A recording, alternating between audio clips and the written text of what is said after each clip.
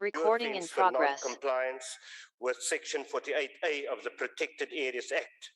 From our experience, these restrictive measures are not meant to really combat injudicious exploitation of marine resources, but rather are used as measures to exclude communities living in these areas.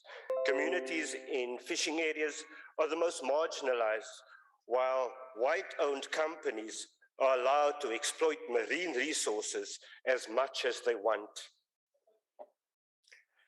In as far as the one environmental system is concerned, which seeks to have one set of environmental laws guiding the mining and water resources sector in particular, we are of the view that legislative mechanisms as provided for in these amendments are necessary.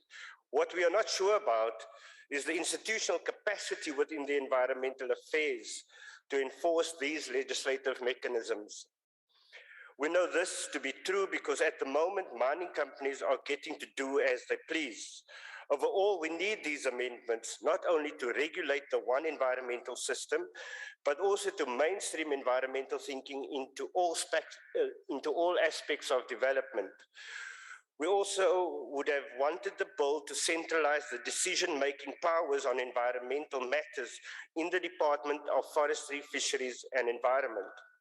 We do not need an ardent supporter of fossil fuels, such as that fossil Gwedi Mantashe, anywhere close to making decisions on matters that have to do with the environmental effects of mining. Honorable Paulson, just hold on. Yes, Honorable Member. Please, we know that, Chair, that we must refer each other as Honorable. Yeah. And number two, we must not give names the people don't have. Okay. Yeah, that's like Rule 84. Honorable Member Paulson, you know that. I don't know what he said. He was wearing his mask. No. You know what you did. I don't know. No, you're out of order for not calling the minister appropriately. That's what you don't know, what you should be saying. Okay, the Honorable Fossil Gwedi Mantashe, anyway close Honorable Member, to making decisions on matters. Honorable Paulson, alsjeblieft, doen die rechte ding, man, alsjeblieft. Okay, Deputy Speaker. Yeah. We do not need in our 2019 elections manifesto, the EFF committed to streamlining environmental authorization procedures to ensure that the Department for Environmental Affairs becomes the only authority that is able to grant authorization for mining. But as we said, Speaker, while we are supportive of the general provisions of the bill, we do not trust the corrupt and short-sighted ANC to apply these laws to protect our natural resources. Thank you very much. IFP.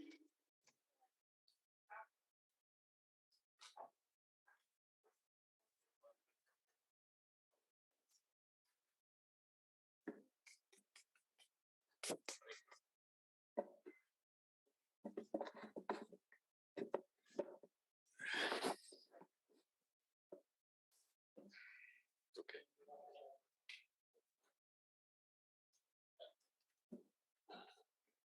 So I can't say Segala Somlomo because he's there. This is an environment debate, honorable members, but the environment is not conducive. Yagabandala, Lenda, Yabanda Kulu, Pala Lungesa Lando, or Shifwip, Pala Lungesa. As NEMA remains the overarching umbrella environmental legislation in South Africa, which is implementable by no less than 11 competent authorities, it is critical that the legislation remains up to date for our authorities to address the many environmental challenges we face in protecting and sustainably developing our environment.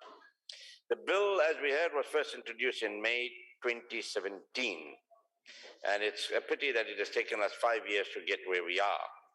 And the bill seeks, amongst others, to clarify certain definitions, which is quite essential, so that we don't have any ambiguities.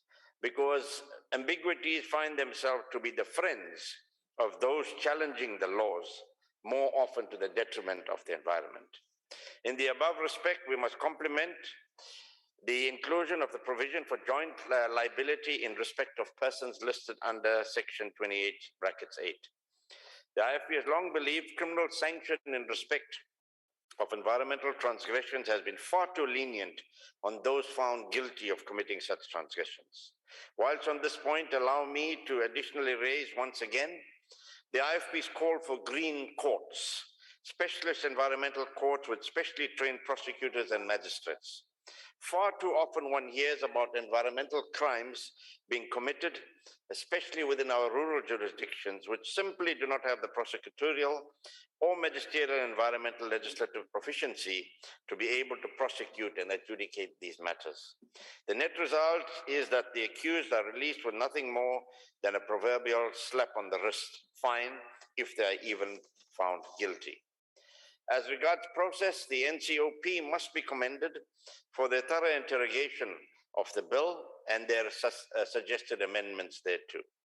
These will greatly assist in narrowing down or altogether eliminating some of these ambiguities that still existed, and it is IFP's view that this amendment bill will strengthen both NEMA as well as the various CEMAs that it seeks to amend. It will also enable the one environmental system and take us a step closer towards an integrative rather than a silo-based approach to environmentalism in South Africa. The IFP supports the bill. I thank you. Thank you, FF Plus.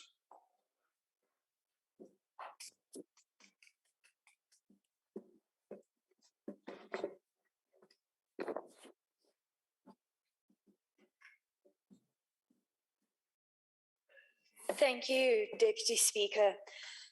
NEMA is the overarching umbrella legislation for the environment in this country. The main purpose of the NEMLA bill is to provide clarity on certain matters, to address the competencies and powers of the various competent authorities and licensing authorities, address operational and implementational challenges, make textual and consequential amendments, and to provide for matters not previously catered for in the legislation. For example, the well-being of animals. The bill, having been returned to the National Assembly from the other house, proposes certain further amendments in terms of definitions, further provides clarity on financial provisioning related matters, and providing that the details should be prescribed by regulations. Alignment of terminology throughout the bill, specifically on compliance and enforcement matters, and clarification is provided in respect of the environmental, mineral, and petroleum inspectors' mandate and role. The bill has come a long way since its introduction in Parliament. The fact that the bill is before the NA again shows democracy in action. Taking into account that we are in a second administration dealing with this bill, it proves that we are still a long way from proper efficiency.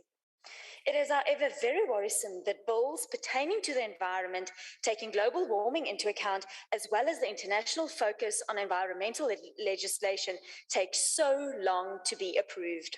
We are almost in the 7th year of this bill, and the implementation thereof has not even started. Although this bill seeks to improve current legislation, there are certain concerns that we still hold, and I will highlight only 2 matters.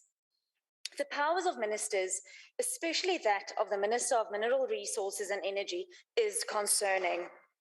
We cannot write legislation for incumbents and need to remember that the Minister of Mineral Resources' task is environmental safeguarding is not necessarily that. Although decentralizing of powers and including municipalities in the implementation of the Act is good, we need to be cognizant of the fact that our municipalities are not currently performing even their most basic mandates, and my fear is that the environment will suffer because of this. Chairperson, for the future of the country and the world, we need state-of-the-art environmental laws. But more than that, we need people willing to properly implement them to ensure our future. I thank you. Thank you. ACDP?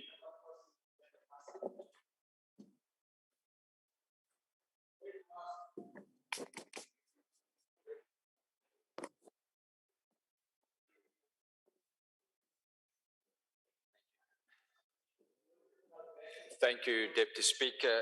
Deputy Speaker, today marks the end of an extensive progress that became known as the NEMLA 4 amendments, and they commenced in 2017 Chief Whip of the majority party. And this amendment, there were 145-page amendment, so I can understand this taking a lot more time to deal with that.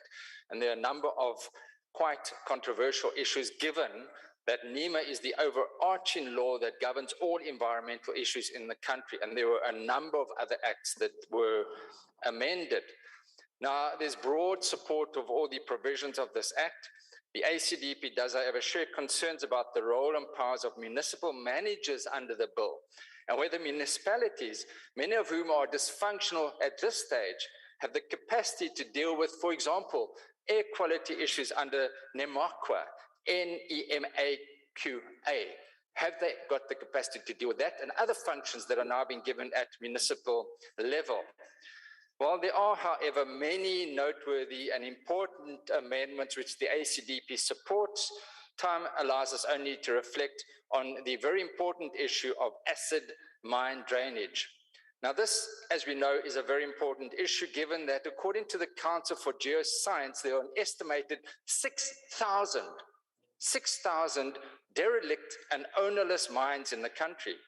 Their rehabilitation places enormous strains on an already burdened fiscus, on the state, on national treasury. And the problems that are associated with mine drainage, we are all aware of it. Contaminated drinking, that's a serious problem in South Africa, with droughts in South Africa, disruptive growth and reproduction of aquatic plants and animals, and of course the corroding effects of acid on parts of infrastructure such as bridges. So surely it can no longer be tolerated that companies in the mining industry are allowed to mine areas and then with impunity to leave these areas without rehabilitation, to the detriment of surrounding communities. Now, the NEMLA 4 amendments place far greater emphasis on implementing stringent measures to treat mine drainage and will strengthen the ability of authorities to address these issues. And they provided much needed clarity also for the mining industry, relating to the regulation of what is known as financial provisioning. And this could drive the growth of an entirely new and much needed specialist mine rehabilitation sector in the country. However, again, one sits with the issues relating to the criminal justice system, the issues relating to increased penalties, and I think that the Honourable Singh, the mention of green courts is something like a good idea, and could I ask if I really pursue it in the Justice Committee, he could call it Swart Werver. Thank you so much. The ACDP supports this bill. I thank you. UDM?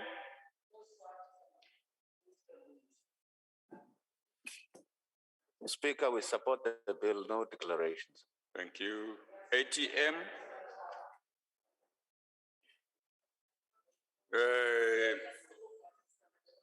Good.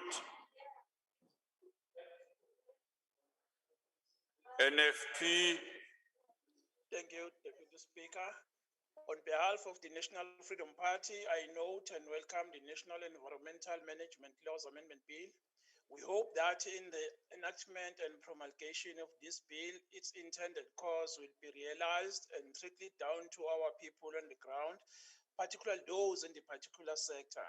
Recent studies on the biggest or largest contributors to climate change have come up, and it is mainly attributed to deforestation and agriculture. We call on the department and the minister to reassess this bill if in any way will cause significant deforestation because of agriculture and livestock. Thank you, Deputy Speaker. NFP supports the bill. Thank you. AIC?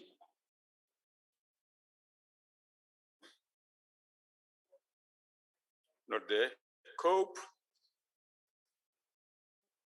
Not there. PAC? No declaration from the PAC. Sorry, I didn't hear that. PAC? No declaration from the PAC. Thank you, Ndad. Okay, go ahead, Ndad. I didn't see you. Deputy Speaker, the signing into law of the National Environmental Management Laws Amendment Bill will significantly address the lingering challenges of environmental culpability, a low penal regime to environmental indiscretions, and align some of the provisions of NEMA and NIMLA.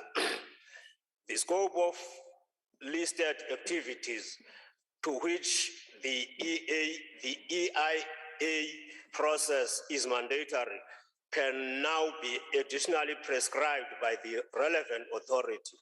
This process will see financial provisions applied to every environmental impact assessment activity.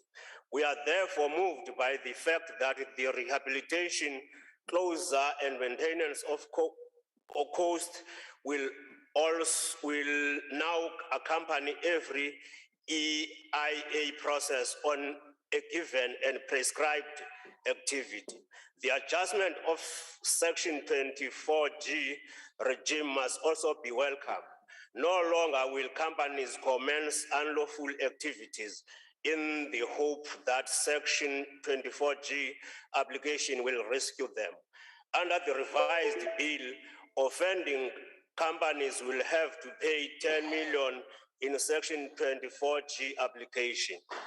There are other ancillary aspects to the bill which are equally significant, such as veto power given to a licensing authority to suspend or revoke an EAL if AEL holder is found to be violation of any applicable condition set out in the ACA or AEL.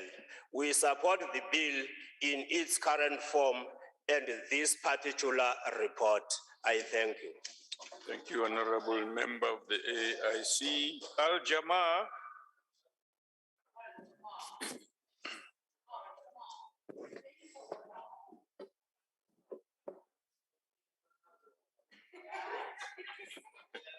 Deputy Speaker, I don't know if you like the snook in Cape Town, but because of sewage pollution, 40% of the snook is diseased, because what happens is poor sewage pollution at the Zandvlei, for example, sewage plant is pumped into the river and it generates toxins that generates gases that goes into the sea, and a study by University of Western Cape over 1 year found that that is the cause of the disease of the poor snook. I was very happy when I read in the NEMA Act that the officials responsible in the city of Cape Town can be jailed for 10 years or pay a 10 million rand fine. And I was hoping that they will have their day in court, get bail, and let the law take its course. But the problem is, in spite of getting a directive against them from the Director of Environmental Enforcement, getting the support of a public protector, who all petitioned the law before them and said, you must sort out this mess, and then also the required the Human Rights Commission to facilitate a solution between the community and the city. When the city of Cape Town placed an appeal before the MEC in charge of environmental affairs, he dismissed the findings against the city. Now, this happened 3 times. So how can we get enforcement? And honorable members spoke about enforcement. I see the Minister of Police is here. I want to know for him, is it necessary to go through the Director of Environmental Enforcement to go via the Green or the Blue Scorpions? Can't we lay a charge at one of your police stations and you open the docket and then these officials are all before the court? You can give them bail, please, but the law must take its course. Thank you very much, Honorable Deputy Speaker. Thank you, Honorable Member. ANC.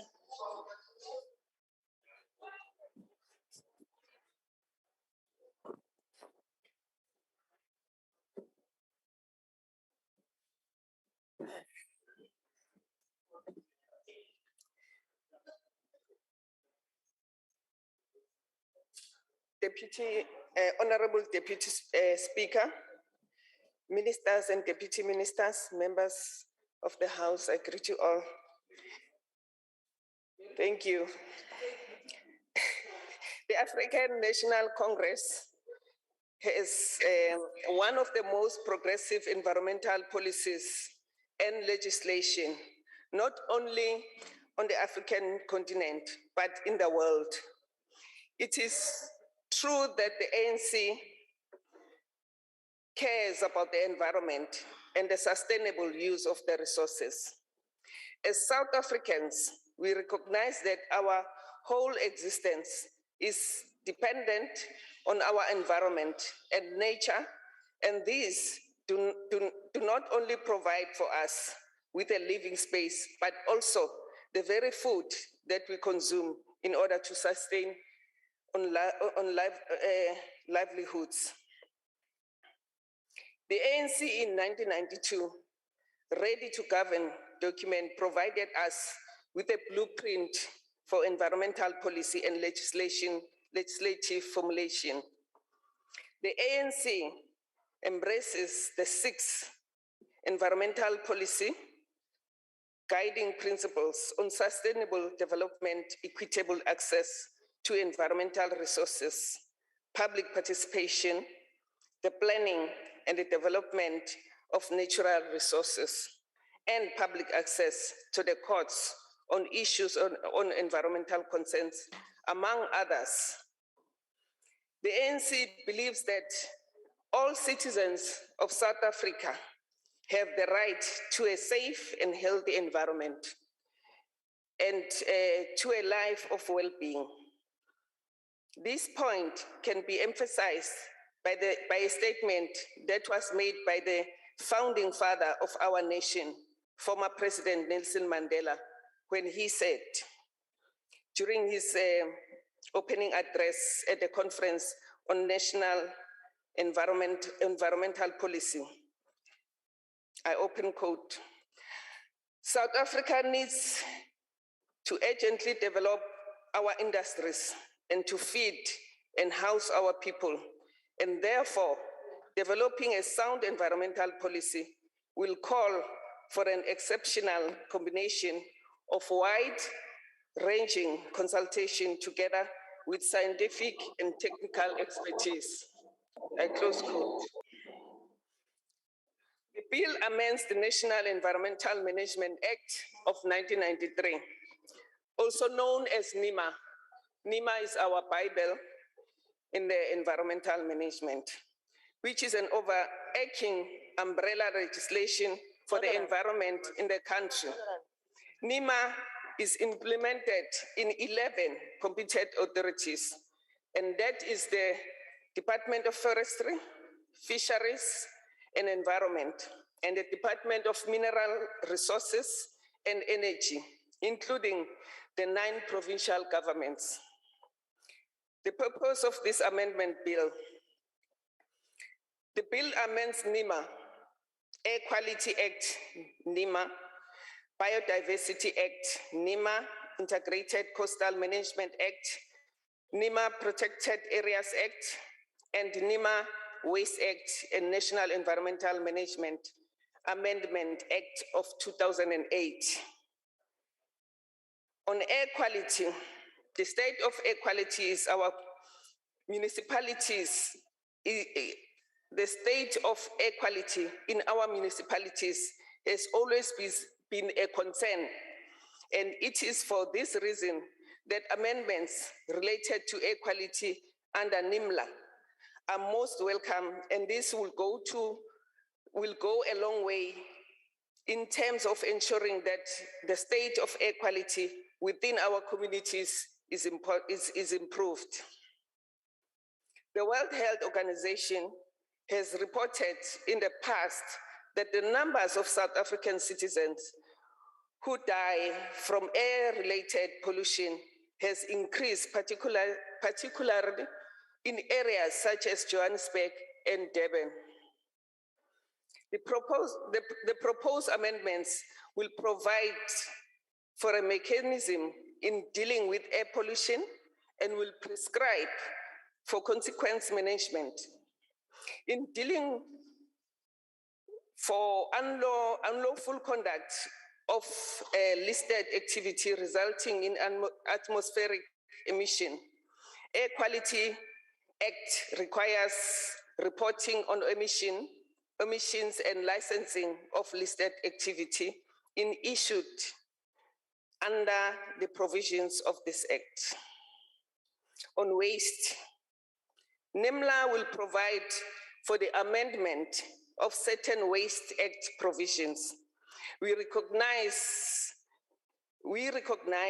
as the ANC the vast other opportunities provided by the efficiency management of waste produced, and we do not only see it as a challenge.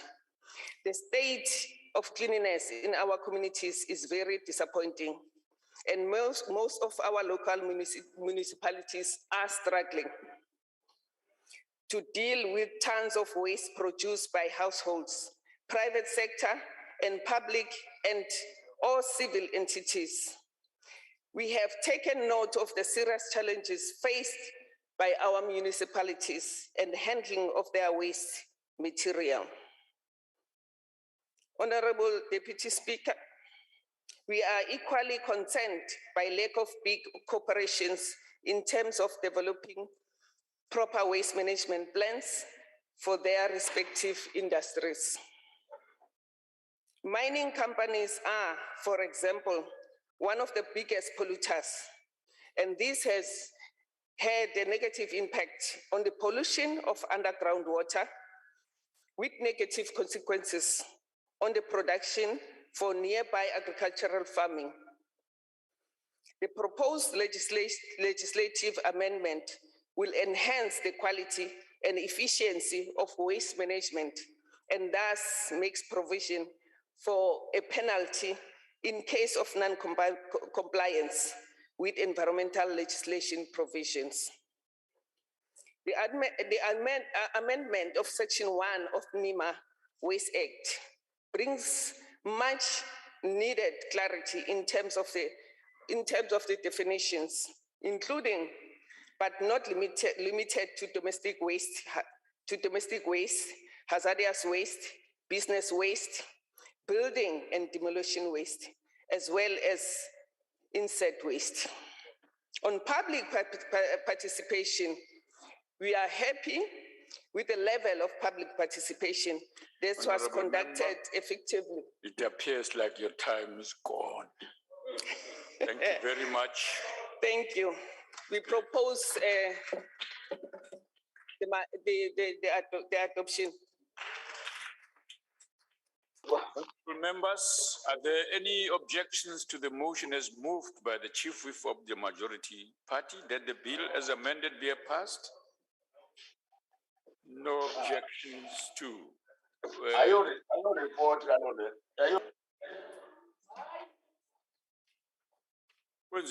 The bill will be sent to the president for action. You can't stop it that day. Yes. The secretary will read the third order. Consideration of report of Portfolio Committee on Basic Education on first and second quarterly report on performance of Department of Basic Education in meeting its predetermined objectives for 2021-2022. Honorable BP Mbingo Gigaba.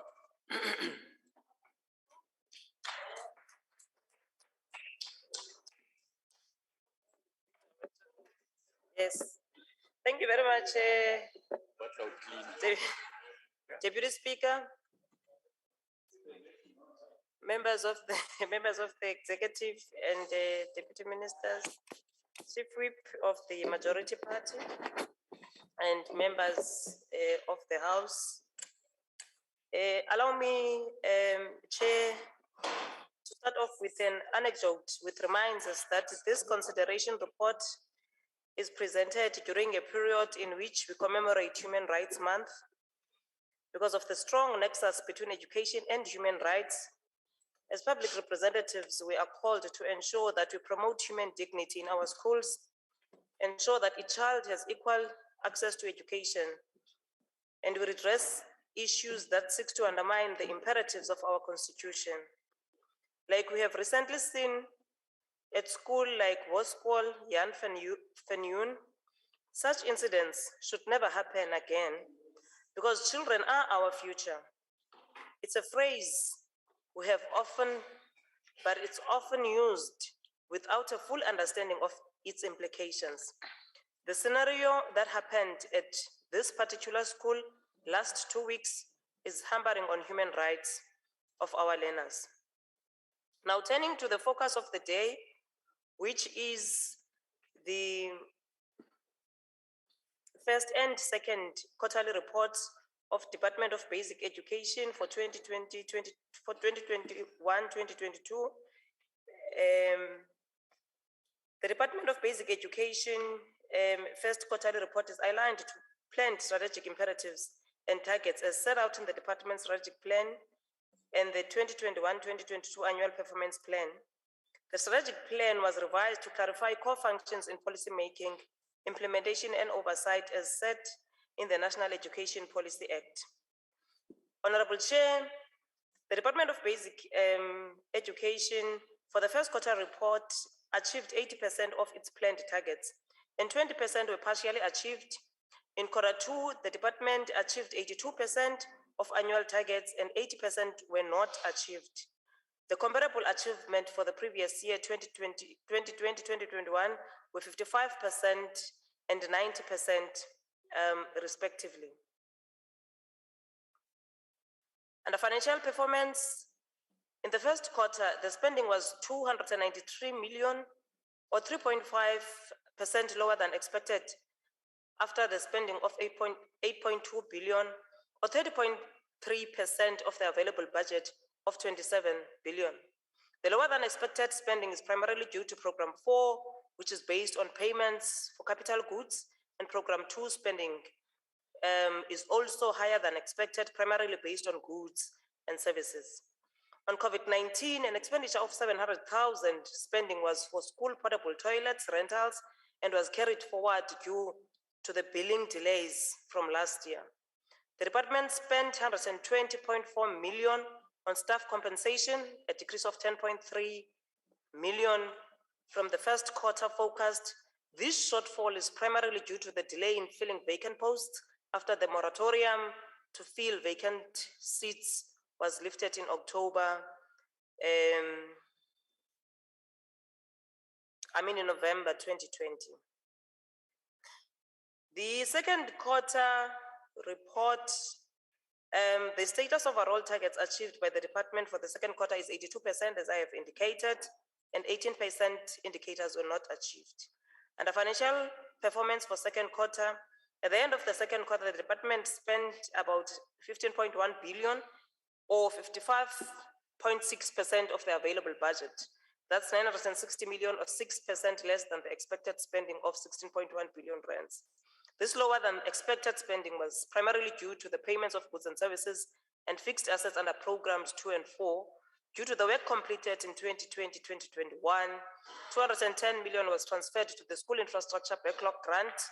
This takes into account a higher budget than the main allocation and is reflected in the payment of capital goods and Program 4. On Program 1, expenditure was higher than projected, 3.8 million or 1.5%, mainly under payments and capital assets.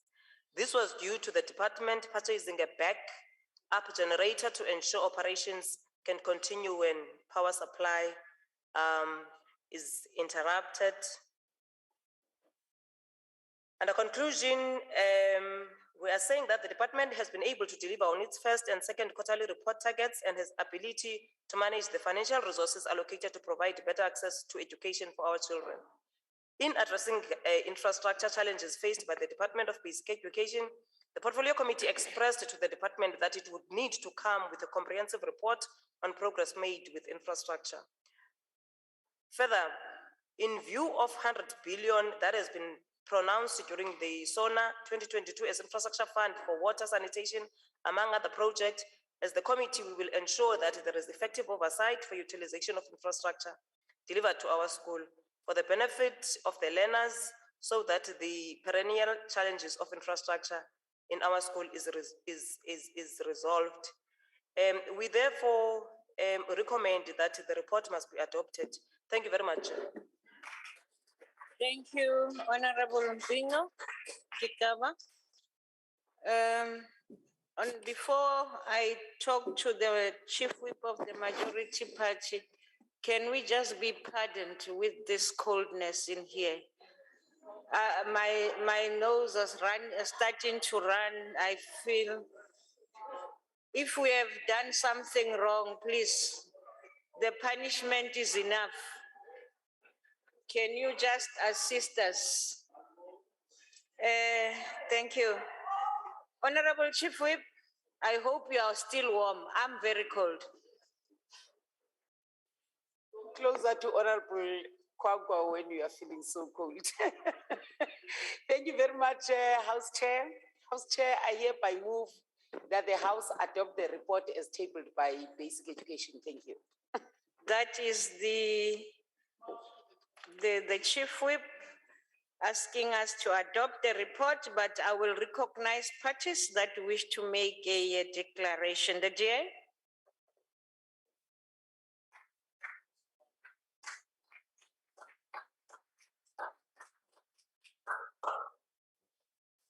Thank you, Chairperson. On 7 December 2021, the Portfolio Committee considered the first and second quarterly report on the performance of the department in meeting its predetermined objectives for the year 2021-22. This period of reporting can, however, not be read in isolation, especially where long-term plan targets are set. ASIDI is a point in case. This program was introduced in 2011 and is still part of DBE's 2025 schooling plan to address poor schooling infrastructure and to prioritize schools with no infrastructure or basic services. In April 2021, a report stated that 5,176 of our 23,000, almost 300 ordinary public schools still use pit toilets. Limpopo, with 2,144, is the province with the highest user of this unacceptable sanitation facilities. In the Eastern Cape, 944, and in KZN, 901 schools have pit toilets only. The committee had reason to query the current status of backlogs regarding the planning to build more schools in all the provinces. Recently, I questioned on whether Statistics South Africa info was also included in long-term planning. It seems it's not worth it. A week ago, I visited a school in Volwater, Limpopo, where the circuit manager, with no power to do so, promised the parents and learners that she will see that a new school will be built for them next year on the property of the provincial department. Besides not having a clue about her powers, she also has no clue of the backlog nor the process of getting schools built. And the current school, in fact, is serving that community quite well. Politics. A sector we seem to neglect is our special schools. We urgently need a comprehensive overview report of school and hostel infrastructure across all provinces, focusing on public special schools. With reference to the budget, I'd like to raise concerns on a few issues. First, the monitoring of spending conditional grants, especially by the provinces. Continued funding to schools which have been on the rationalisation list of unviable schools for years to be closed, but in the Eastern Cape, hundreds are still running, and I'm sure, as they say, eating the money. I also would like to raise the issue on how equitable share calculation is made to provinces, specifically the formula used for the portions allocated to public ordinary schools, public special needs schools, and our learners outside the compulsory school-going age of 7 to 15 years. Will it be worth the department's while to do an audit on all the circuit offices and its operational cost? I think so. Even if the minister say provinces are accountable for their own spending, she remains the custodian of education. The Valwater Circuit has been renting a complete shopping center for close to 10 years, mostly empty. In 2013, only 4 staff members occupied the whole shopping center for offices. Surely these wasted funds could have been used much better in our education system, which is in dire straits. We are eagerly awaiting a report on how, where, and when the 210 million rand approved by National Treasury for infrastructure projects will be spent. We have always been in support of the opportunities the Funza Lushaka bursary program offers our students. The committee's recommendation that the department review any policy that prioritizes the placement of Funza Lushaka graduates above those graduates who funded their own studies be reviewed is fully supported. We should at all times aim to appoint the best candidates in teaching posts. Our children's education should remain the priority and should never ever be negotiable. In conclusion, a report indicating the effects of COVID-19 pandemic in all grades on language and mathematics should also be presented to the committee with quite clear achievable steps on the recovery of such. Thank you, Chairperson. Thank you, Honorable Member. The EFF. Thank you, House Chairperson. For many months towards the end of 2021, various provincial departments failed to pay their teacher assistants their well-deserved stipends. These teacher assistants service the most marginalized schools, and neglecting to pay them directly affects the learning process of mainly poor Black children.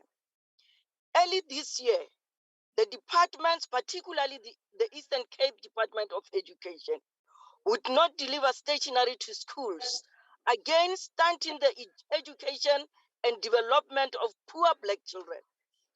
A few weeks ago, taxis which provide scholar transport services threatened to close schools because of lack of payment in the Eastern Cape. These are some of the problems demonstrating the chronic inability of this department to streamline their functions to ensure that the interests of learners, particularly Black learners from marginalized backgrounds, are not compromised. House Chairperson, the department has not developed a comprehensive program for training teachers for learners with special needs. And to date, we still do not have sufficient schools that cater for these learners, particularly in rural provinces. Chair, it is criminal that the department has failed to place beneficiaries of the Funza Lushaka bursaries, and in fact, all unemployed teachers in schools, while we have such a serious shortage of teachers across the country. We also have consistently condemned the department's fixation with the matric class, ignoring the plight of learners from lower grades who are forced to drop out in drafts because of a number of factors. The department still have no plan or even appetite to stop this high level of school dropouts. We reject this report. Thank you, House Chairperson. Thank you, Honorable Member. The IFP.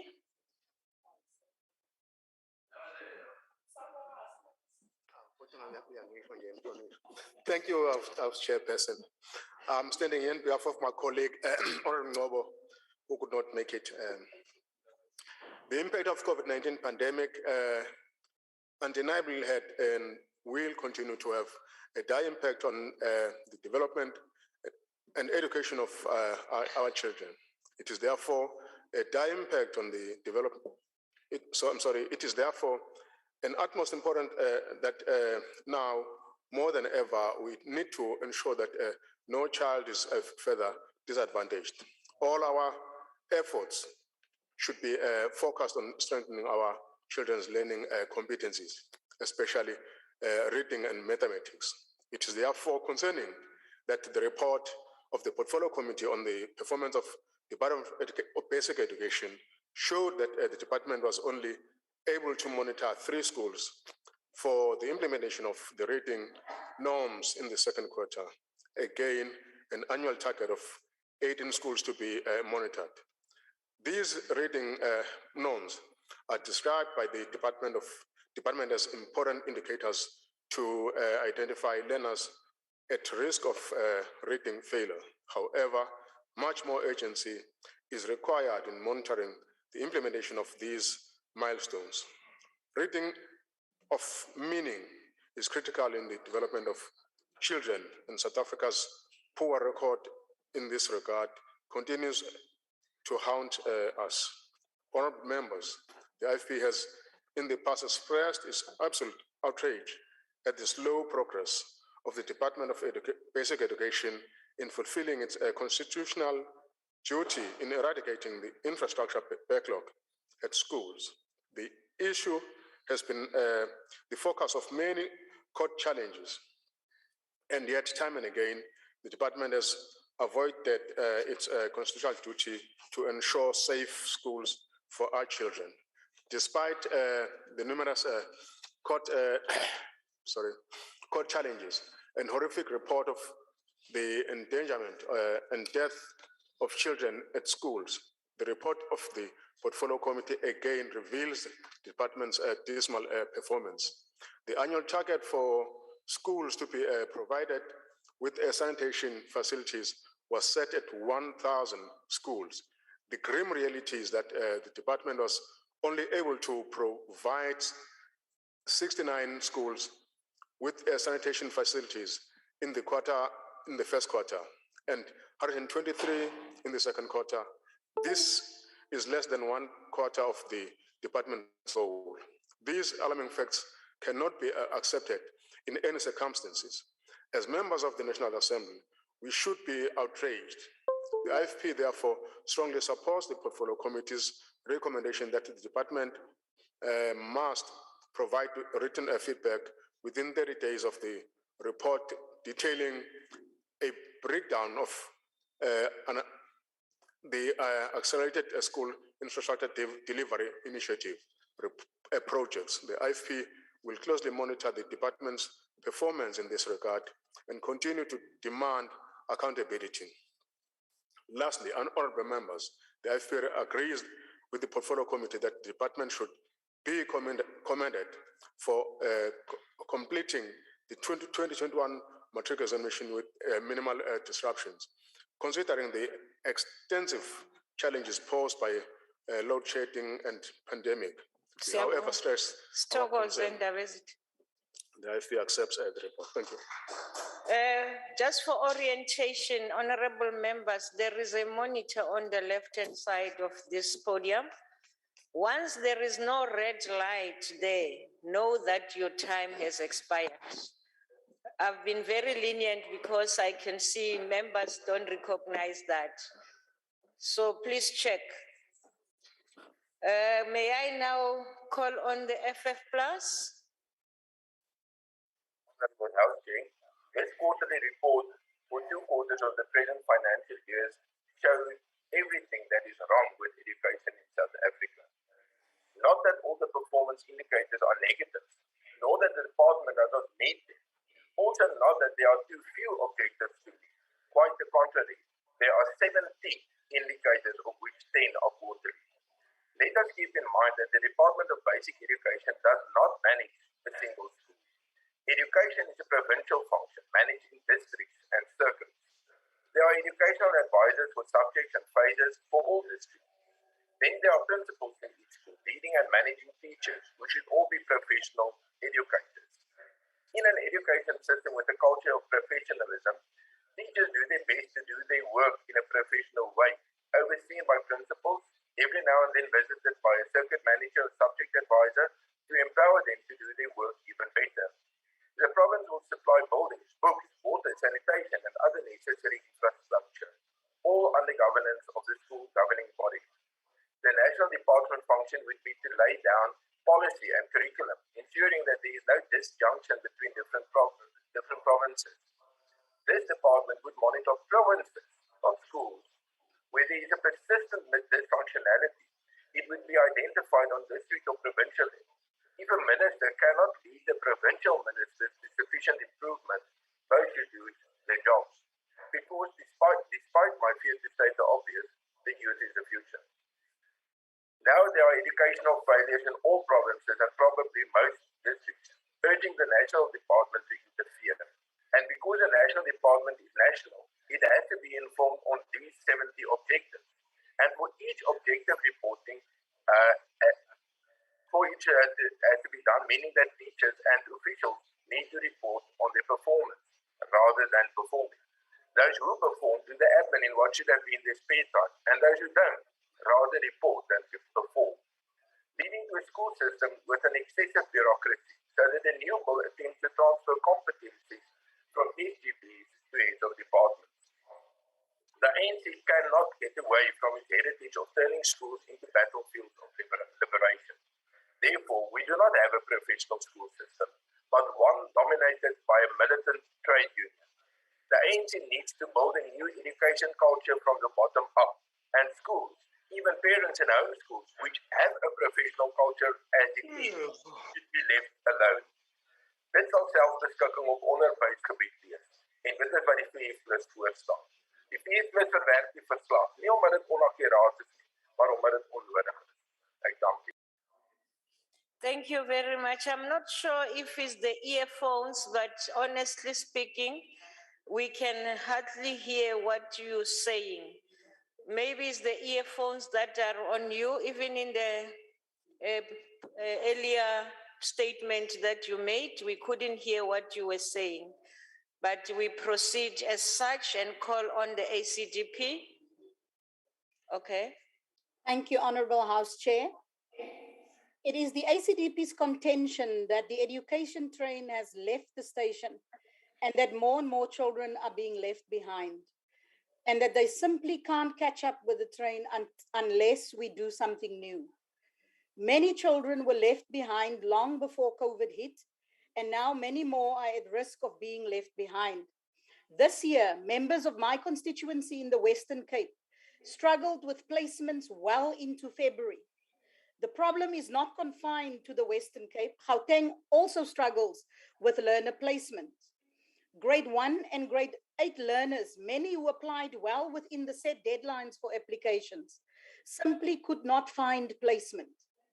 The quarterly report holds out some vague hope that improvements to SASAMs will help with learner placement issues. Honorable Chair, we can't gamble our children's future on these hopes. They, their parents, and quite frankly, I am losing hope that the school placement crises will ever be resolved. Rather than hope and tinkering with computer systems, let's have research that tells us why we're struggling with learner placement, how to estimate learner demand correctly, and how to meet it. Chair, I come from a hospitality background, and in restaurants, dealing with unexpected guests and managing a booking system is something that can be done. Yet, what a small business deals with every night seems to be an insurmountable problem for a department with thousands of officials. One solution in the hospitality is to supply more places. We need to supply more places in these provinces, squeezing in a few more tables as you do in a restaurant. But this report does not anywhere talk about innovative solutions, such as virtual schooling, cutting the regulatory burden for low fee and small independent schools so they can be absorbed, so that they can absorb more learners, and promoting independent education as an economic sector. These are solutions that should be pursued. And in closing, I want to suggest to the committee and the members of the House more broadly that too often we are debating and making statements about reports that meet bureaucratic objectives, but they don't meet the pressing needs of our people. You don't need a PhD to see that year in and year out, placement is an issue, and that year in and year out, this is a challenge that the department has no idea how to address. Thank you, Chair. Thank you, Honorable Sukers. The UDM, you have the platform. Siyabulela mama. kuqala masithethe befanele uringwe belapha suthi ndiyagodula. It's a pity akekho in the house. Mama angeke siyixhase thina le report. Masizithethe inyaniso ezimsulwa eziye zicace gca okwekati mhlophe ibaleke ehlungwini kwindawo apho sisuka khona. Okokuqala into bapha kulaa ndawo sisuka kuyo nezinye provinces zasemaphandleni basafundela phantsi kwemithi, basafundela kwizindlu zodaka.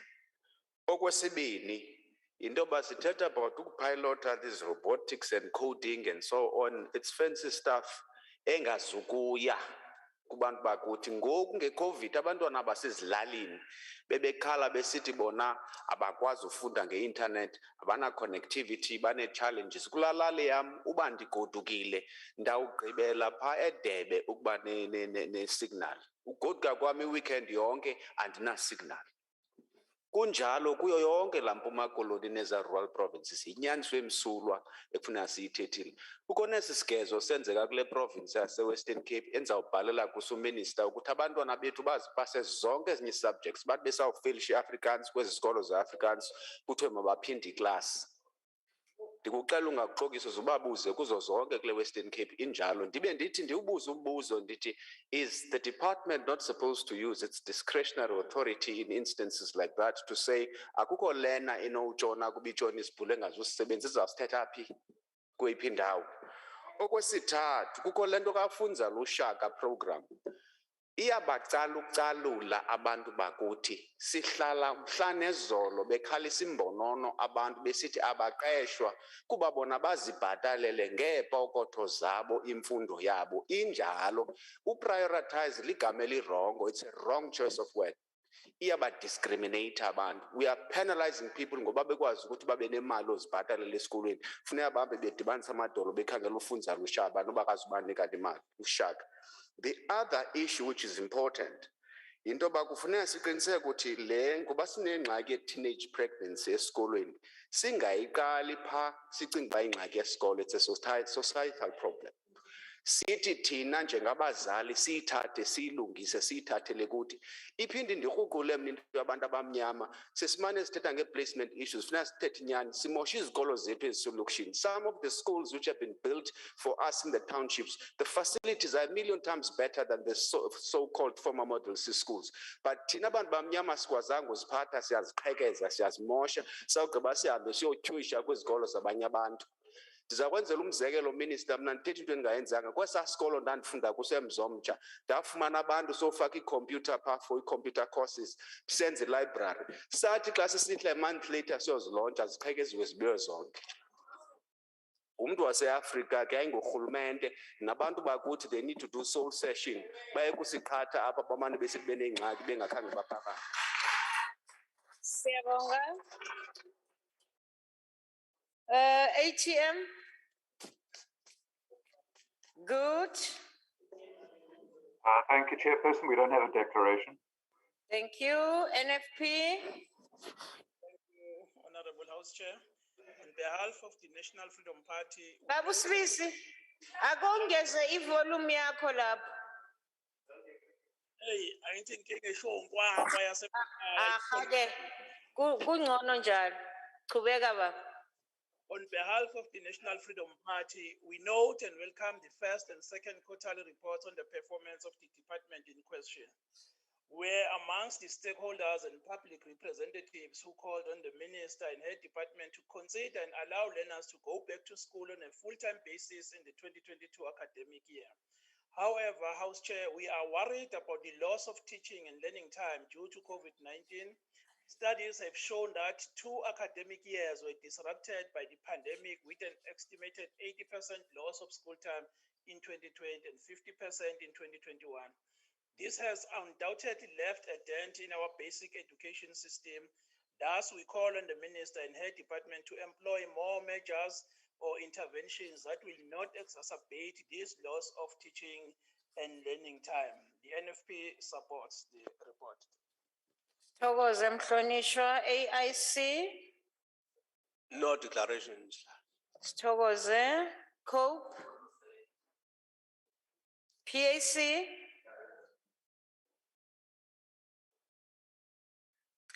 Al-Jama.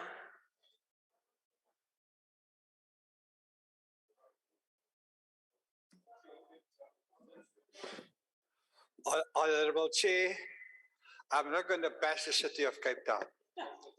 What I'm going to complain about is that we are not going to get our education system going unless we change our educator-learner ratios. The World Bank in 1994 forced the country to increase the learner-educator ratios.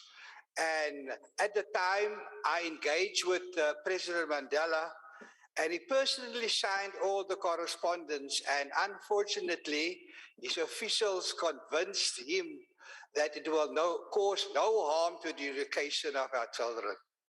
It has caused a lot of harm.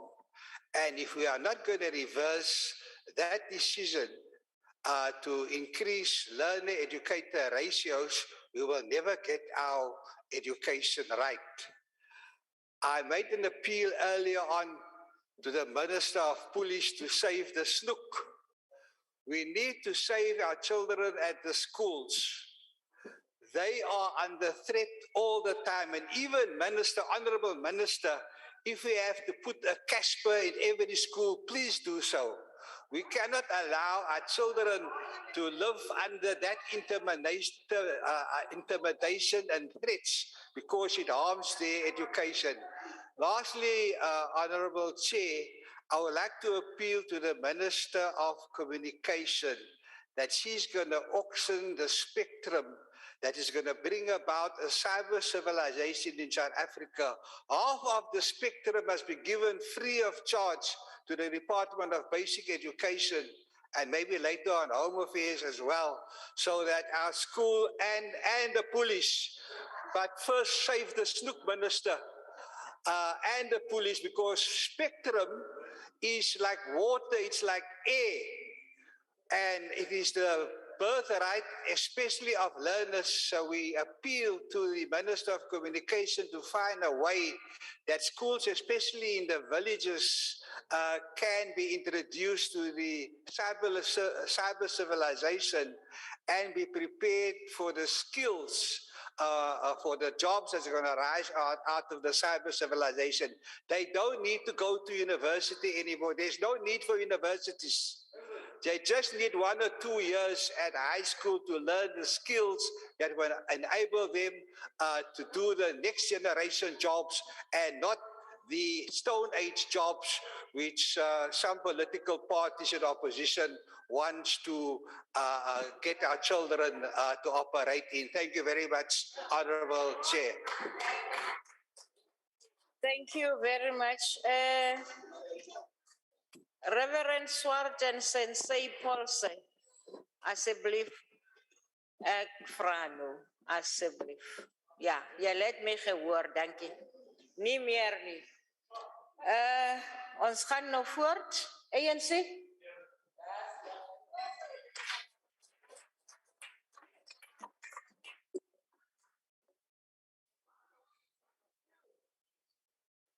Honorable House Chair,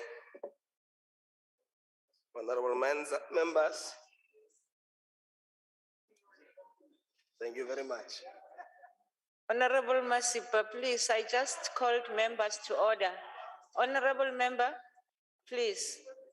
One of the critical functions of Parliament is to ensure accountability of the executive on the implementation of the manifesto commitments of the African National Congress on behalf of the people of South Africa.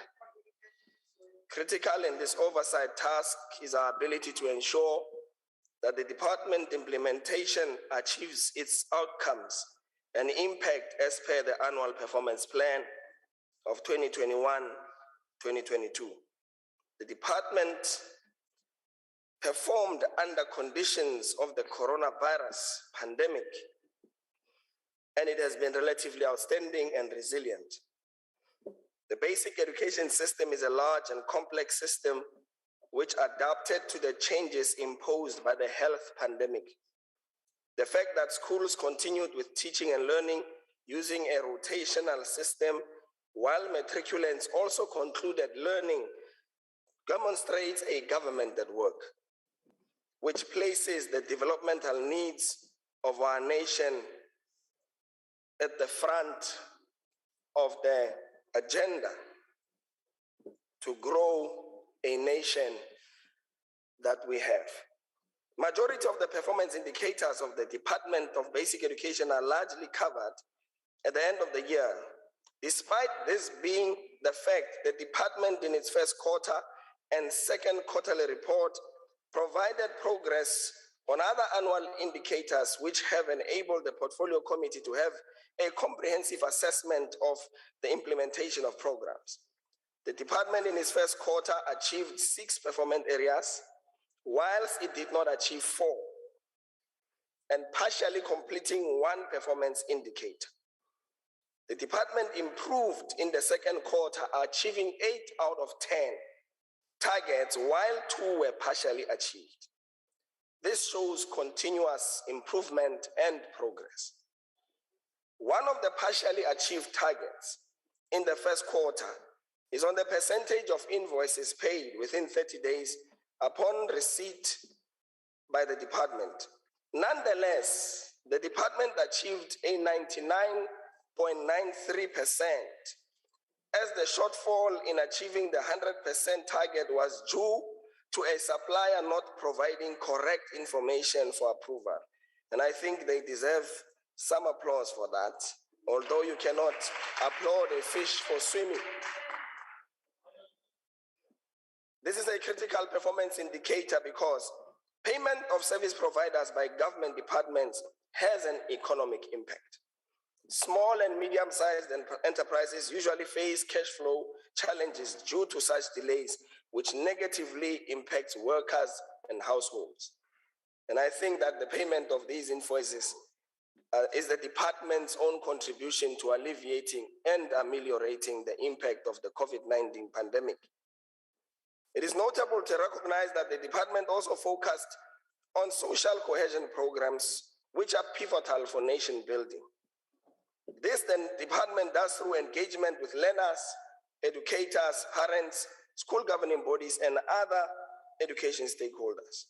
The department achieved this target on a number of districts, implementing the program on school assemblies to end school-related gender-based violence, with 22 in the first quarter and 18 in the second quarter.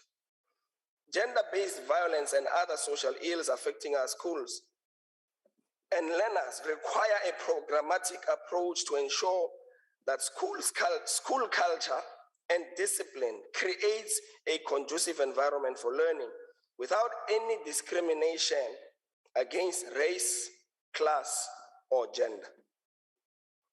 The backlog on infrastructure in our basic education system is one of the key priorities which the department is delivering. A total of 21 new schools through ASIDI, the Accelerated Schools Infrastructure Development Initiative. These initiatives are also delivering 1,000 schools with sanitation facilities, critical for the dignity of our children. Honorable members, one of the major focus of the department is to improve learning outcomes through ensuring that learners are able to read with meaning by the age of 10. It is for this reason that the department supports the National Reading Coalition for its Reading Champions program. The Read to Lead campaign is another critical program to promote a culture of reading in our schools while encouraging parents to read storybooks to their children at home. The coronavirus pandemic has shown the importance of all stakeholders in the sector working together to create a conducive environment for the optimal performance of our learners. Reading as a culture should be entrenched in all our schools, homes, communities, for it to develop into a standard culture. The Portfolio Committee made numerous recommendations to ensure a focused oversight on key areas which improve the efficiency of the education system. We have recommended that the department brief the Portfolio Committee on the teenage pregnancy policy, and that the department should ensure that learner dropouts are tracked, traced, and brought back into the system. We are losing too many children and learners to dropping out of the system too early. We further recommend that the department provide the portfolio committee with a detailed report on school connectivity challenges in order to address the challenge, something that was raised here by Honorable Kwang. Connectivity is not a privilege, but it is a necessity for efficient information sharing and learning. As the ANC, we will continue to closely monitor the performance of the department and recommend interventions where required. The ANC supports this report.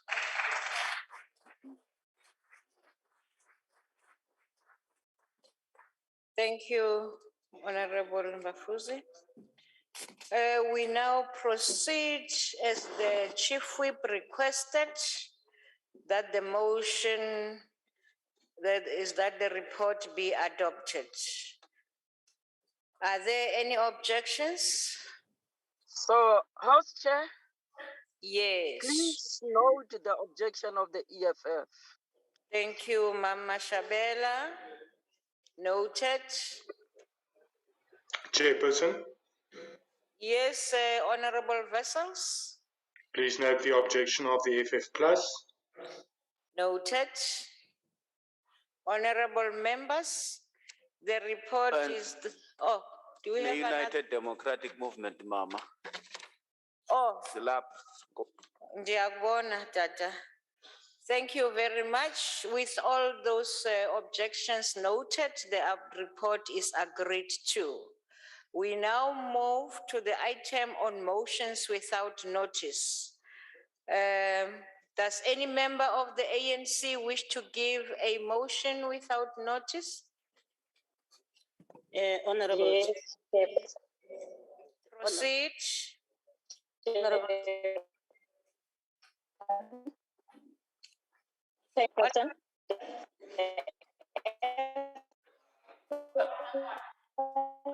Honorable Adams. Honorable Adams, your network. Honorable Adams. Let's move House notes. Yes. Honorable Chair, Adams. Honorable Chair, can I give direction, please? Can you just move a little bit, Honorable Adams, and switch off your video because your connection is so low. I don't know what they call it, but it's not good. Thank you, Chairperson. Can you hear me now? You still, I don't know. Proceed. Let's hear. Thank you, Honorable House Chairperson. Yes, proceed. The African National Congress moves without notice that the House notes with sadness the passing on of one of South Africa's most prominent sport commentators, Dumela Matesa, on Tuesday, 1st February 2022. Acknowledges that the multilingual broadcaster who worked for the SABC on both radio and television platforms was a popular, versatile sport commentator from the early 1980s. Further acknowledges that he was one of the SAB's Afrikaans commentator during the 1995 Rugby World Cup, which is the Springbok memorably won at Ellis Park. Further understands that he was also a former Boxing South Africa board member. Believes that his passing brings an end to a remarkable career in sports, news, actually, and magazine broadcasting. Also believes that he leaves a massive void after creating a unique space in radio and television industry, and conveys its condolences to his wife, children, and extended family. I thank you, Chairperson. Thank you. Are there any objections to the motion? No objections agreed to. We move to the GA.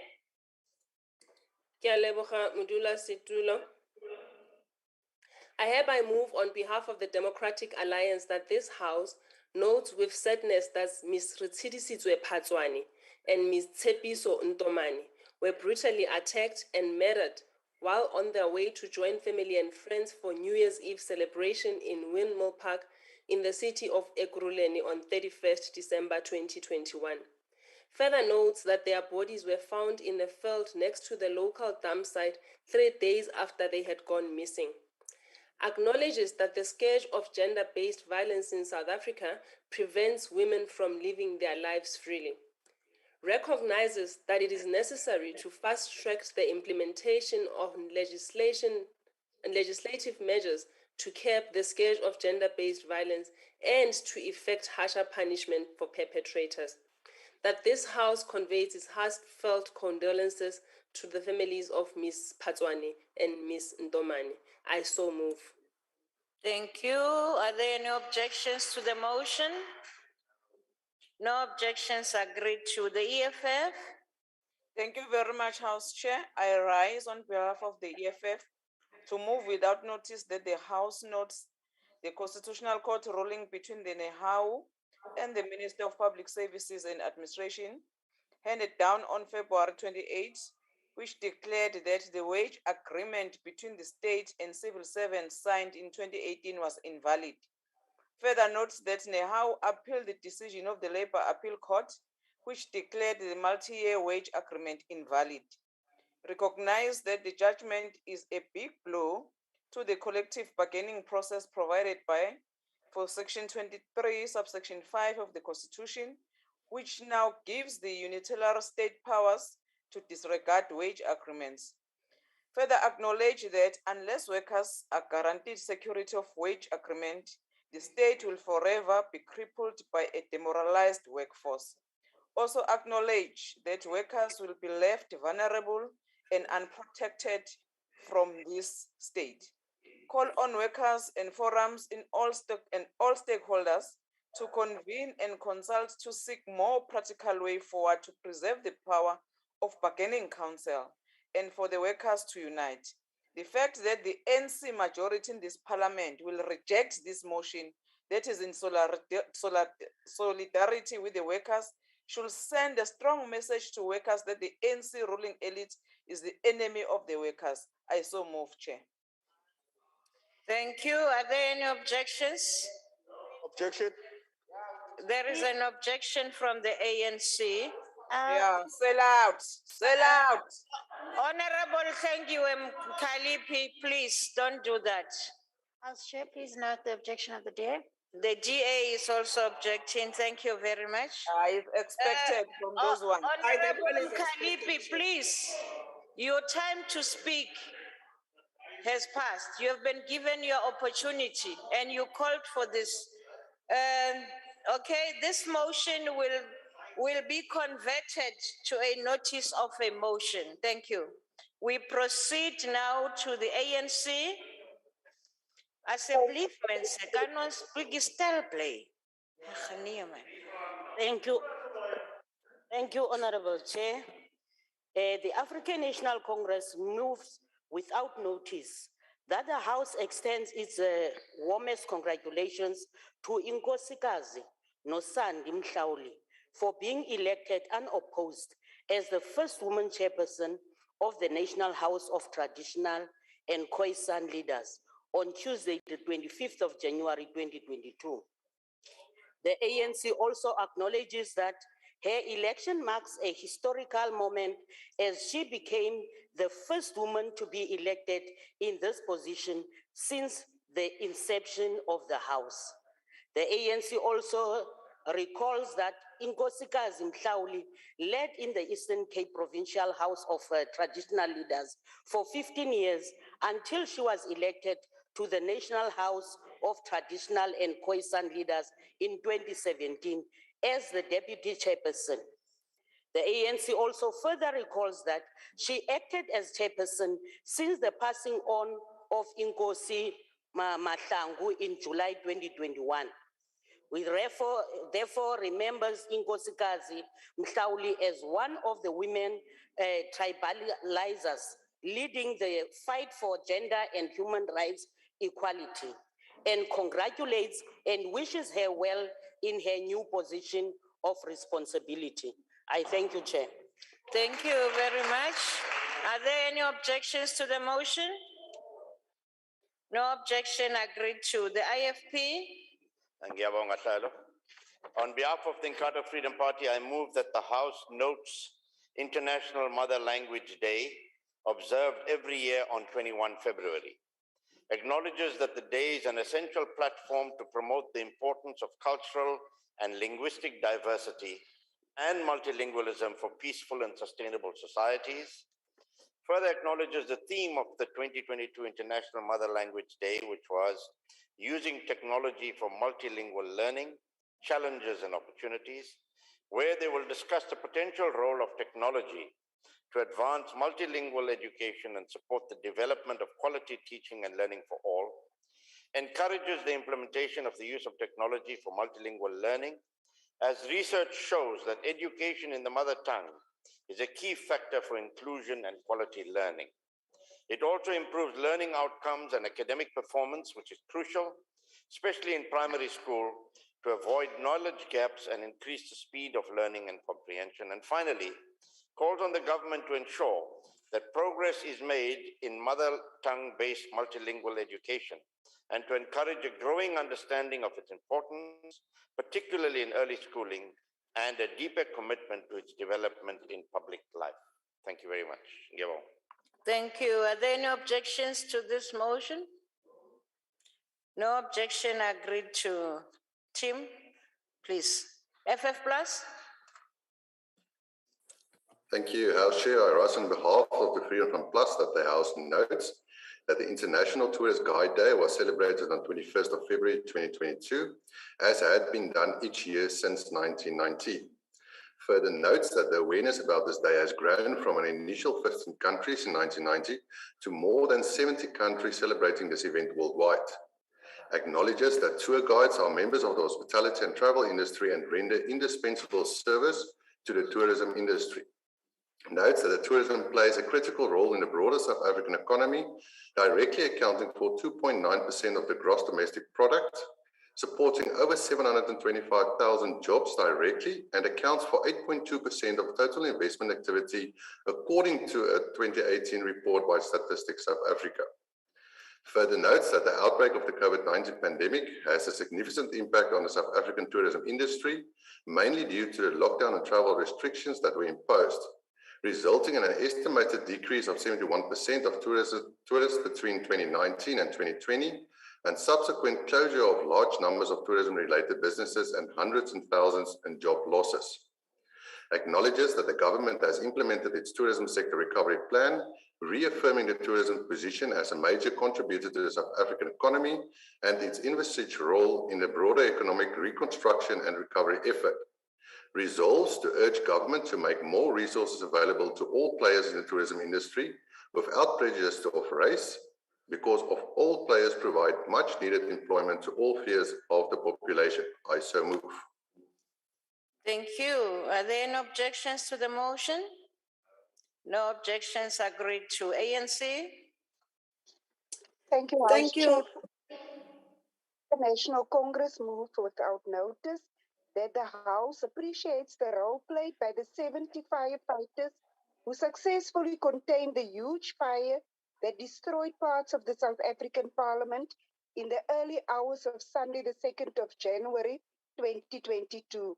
Notes that the firefighters worked over 71 hours with courage and bravery to contain the fire. Recalls that the fire severely damaged the National Assembly building, including the National Assembly chamber, where the official sittings of Parliament, both houses of Parliament, are usually held, and applauds the firefighters who fought hard to bring the fire at the precinct under control. I so move. Thank you. Are there any objections?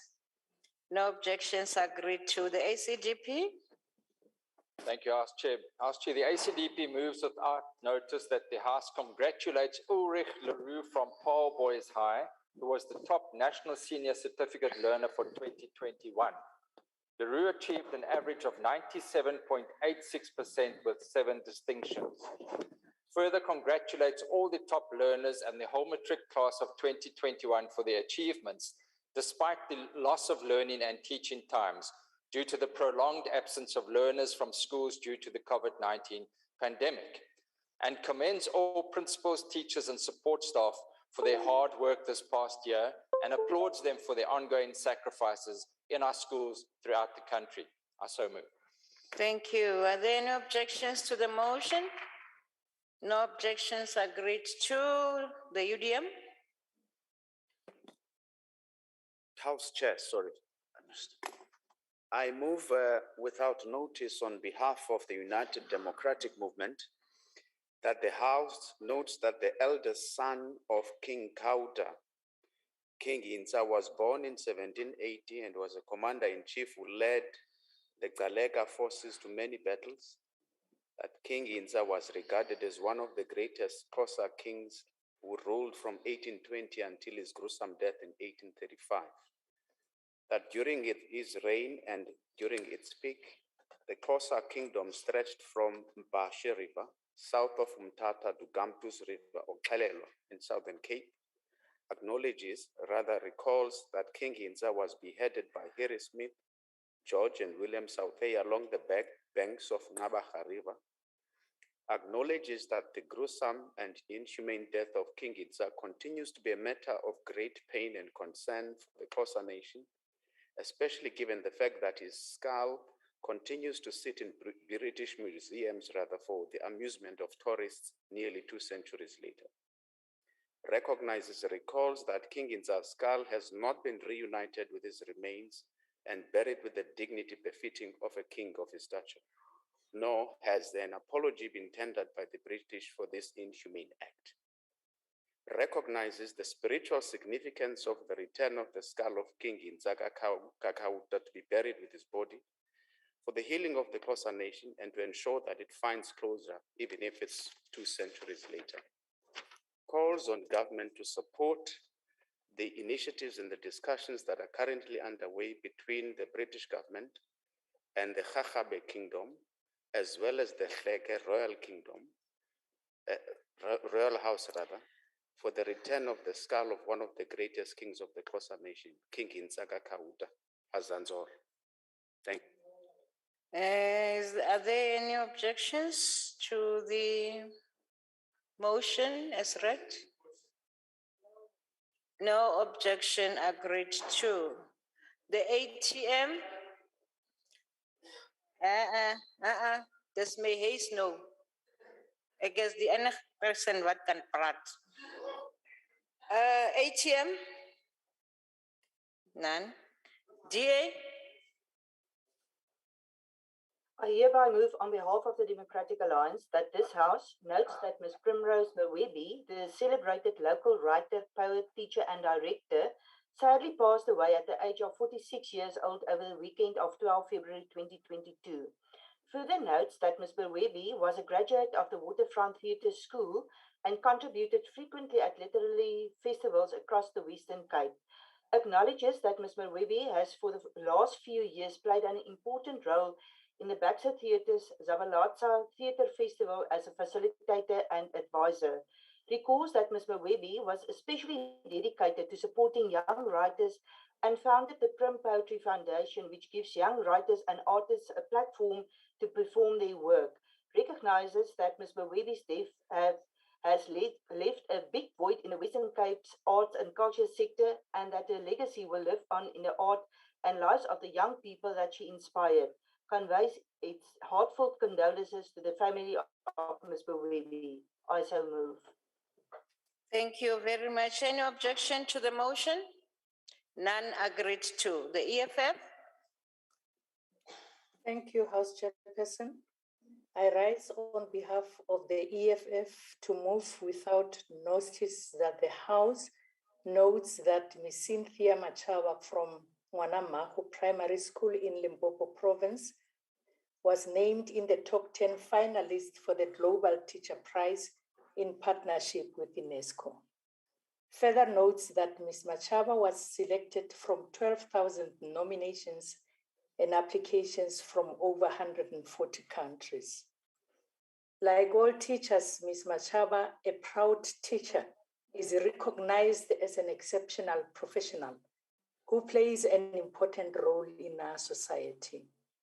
Recognizing that as a top 10 finalist, she shared the prize with the winner. Further congratulate Ms. Cynthia Machaba and wish her success in her profession. I so move. Thank you very much. Are there any objections to the motion? None agreed to. ANC? Thank you very much. Thank you very much. You see, you can't even lead yourself.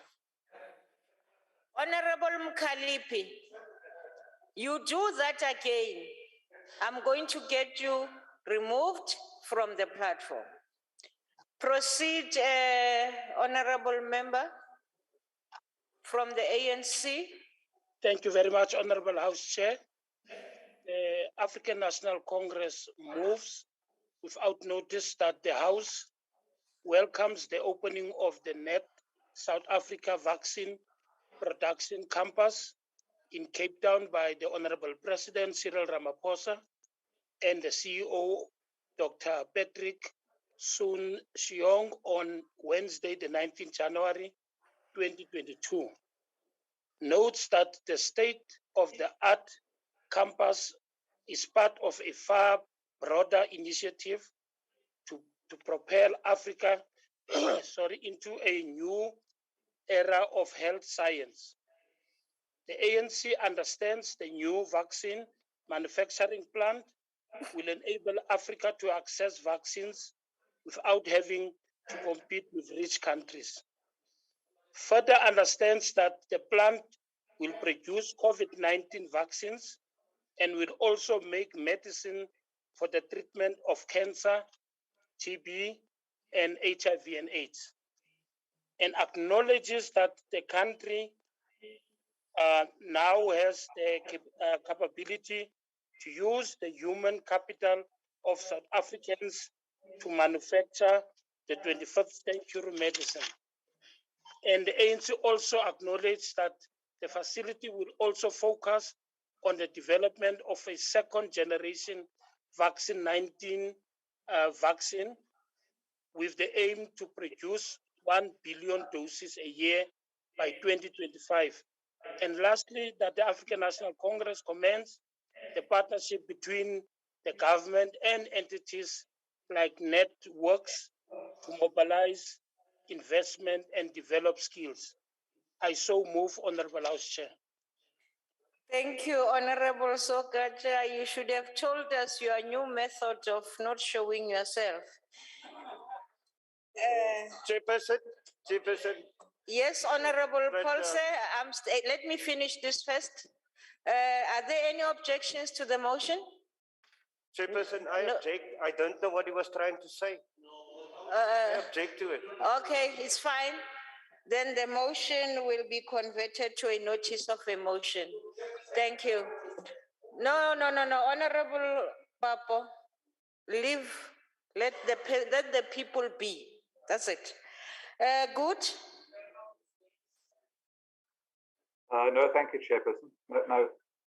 Thank you. NFP.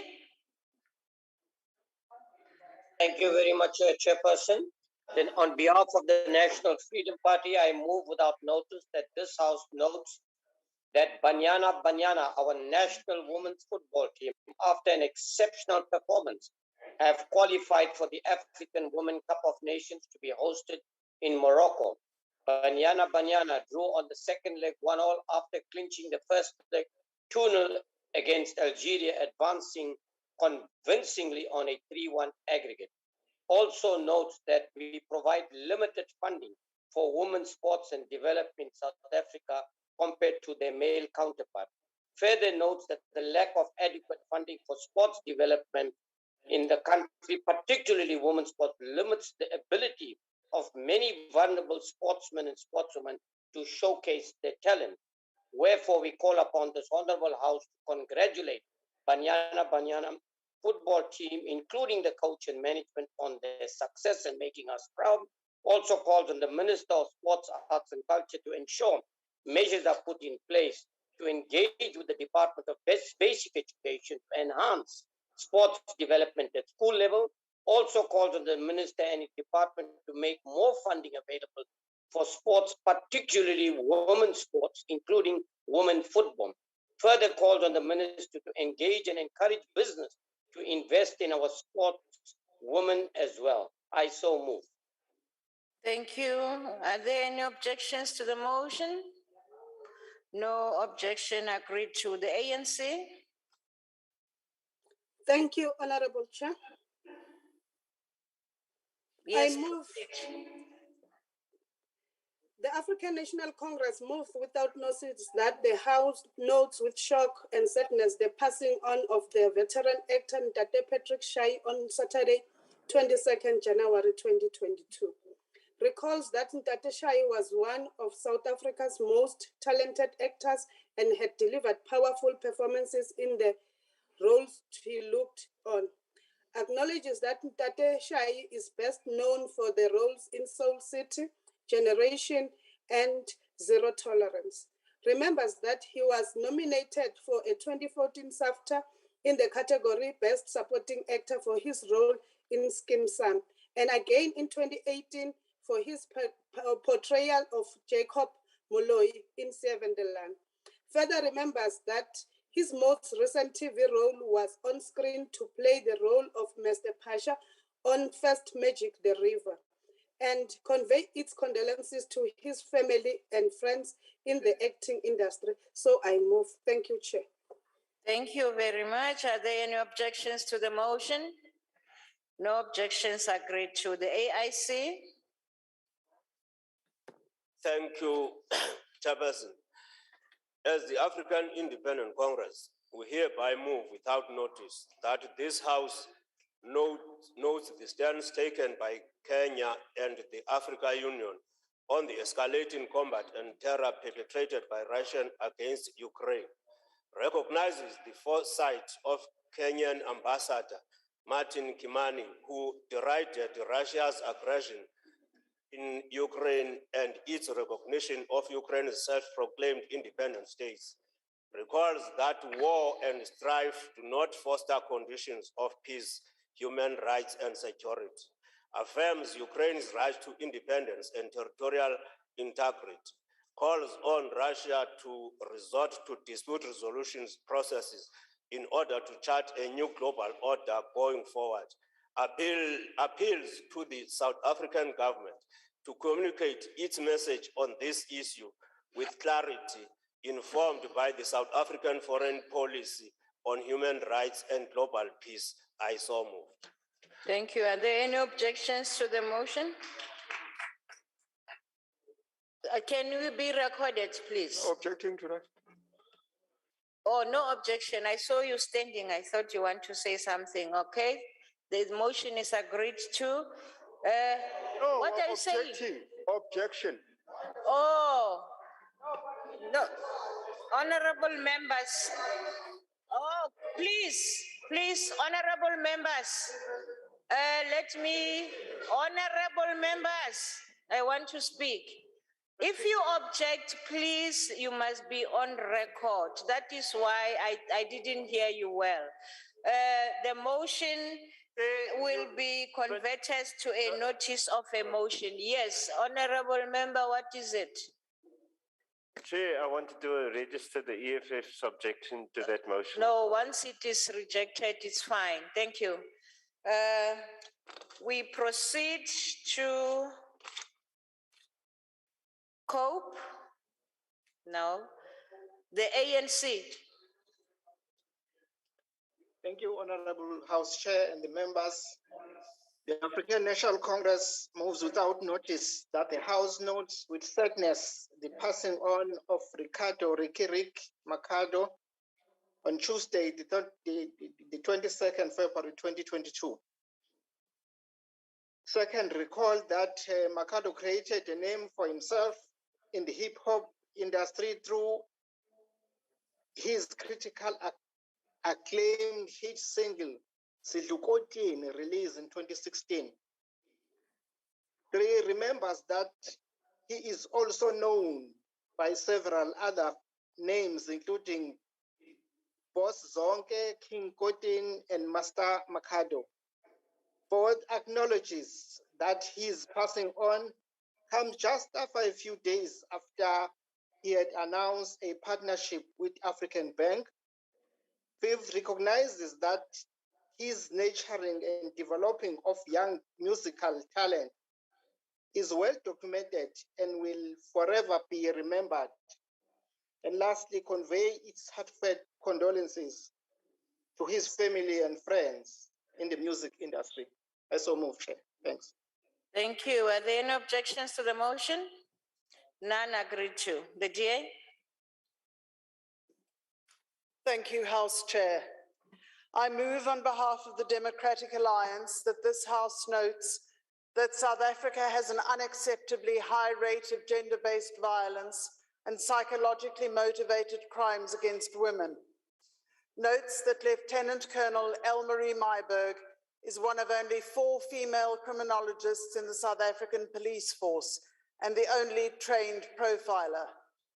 Further notes that in 27 years of service, she has investigated 70 serial murder cases and 90 serial rape cases. Notes that her analysis reports of the so-called Facebook serial rapist ensured that he was found guilty of 17 counts of rape, 10 of robbery and related crimes, and sentenced to 8 life terms and 223 years of imprisonment. Acknowledges that South Africa owes a debt of gratitude to Lieutenant Colonel Myburgh, who ensures that perpetrators of gender-based violence and psychologically motivated crimes remains behind bars for years to come. I so move in the name of all gender-based violence victims. I thank you, House Chair. Thank you. Are there any objections to the motion? No objection agreed to. The PAC? Al-Jamaa? Al-Jamaa moves without notice that the House notes a worldwide grassroots global initiative that has been launched to promote the love of Masjid al-Aqsa in Jerusalem. Further notes that organizations from all over the world have pledged their support to support the campaign, declaring an Aqsa week from Thursday, February the 24th until March the 2nd, ending tomorrow. Further notes that last night more than 2 billion Muslims observed the celestial journey Prophet Muhammad, peace be upon him, undertook from Masjid al-Aqsa to heaven, where he received instructions from the Almighty to convey the 5 daily prayers to Muslim believers. Further recognized the celestial journey prepares Muslims for Ramadan, started at the Kaaba in Mecca, proceeded to Medina, then offered prayers at Mount Sinai, proceeding to Bethlehem, where the Prophet Isa, peace be upon him, was born, to the grave of Moses outside of Masjid al-Aqsa to honor them and show respect. Calls for a peaceful Ramadan for worshippers at Al-Aqsa in Jerusalem. I so move. Thank you. Are there any objections to the motion? No objections agreed to. The ANC? Thank you, Chair. The African National Congress moves without notice that the House notes with great sadness the passing on of Archbishop Emeritus Desmond Mpilo Tutu on Sunday, 26 December 2021, at the age of 90 in Cape Town. Recalls that as a cleric, Bishop Tutu traveled widely, gaining an MA in theology from King's College in London. Acknowledges that he won the Nobel Peace Prize in 1984 for fighting against the apartheid system and championing peace in South Africa. Further acknowledges that in 1986, he was appointed Archbishop of Cape Town, the effective head of the Anglican Church in South Africa. Remembers that after the nation's first free elections in 1994, President Nelson Mandela appointed him as the chairperson of the Truth and Reconciliation Commission to investigate apartheid era human rights abuses. Further remembers that in 2015, he launched a petition urging global leaders to create a world run on renewable energies within 35 years, which was backed by more than 300,000 people globally, and further conveys its condolences to Mamlia Tutu, the Tutu family, the board and staff of the Desmond and Leah Tutu Legacy Foundation, and the friends. I so move. Thank you. Are there any objections to the motion? No objections. Agreed to. That concludes motions without notice. Honorable members, we now proceed to the last item on the order paper, which is notices of motion. Any member of the ANC wishing to give a notice of a motion? Thank you very much, Honorable House Chair. I hereby move on behalf of the ANC that is in the next sitting, the House debates the building of the developmental state, including socio-economic development, provision of services, and facilitating people's participation. I so move. Thank you. The DA? I hereby move on behalf of the Democratic Alliance that at the next sitting of this House, it debates illegal mining as a matter of importance, that it has been going on for a number of years, the impact it has on the economy, the environment, and the cost on lives it has. We couldn't hear you, ma'am. You still have some time. Can we allow somebody to take over from the House, from the DA? Can you read them? Shall I try again, Chair? Your network is... I can't hear you, Ms. Kwarube. I was asking if we can circle back, House Chair, or if she's back. Okay, if the okay, EFF.